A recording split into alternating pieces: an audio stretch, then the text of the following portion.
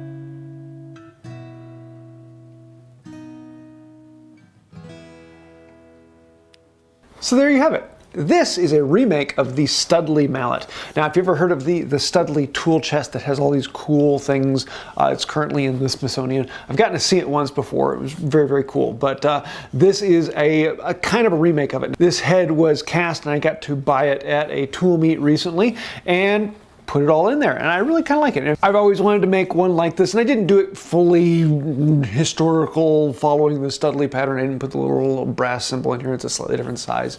But I would have made Ian very happy because it is made out of an ash handle.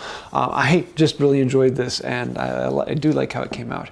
It is a very pleasing mallet, and I might use it from time to time. So I'd love to hear your thoughts on this.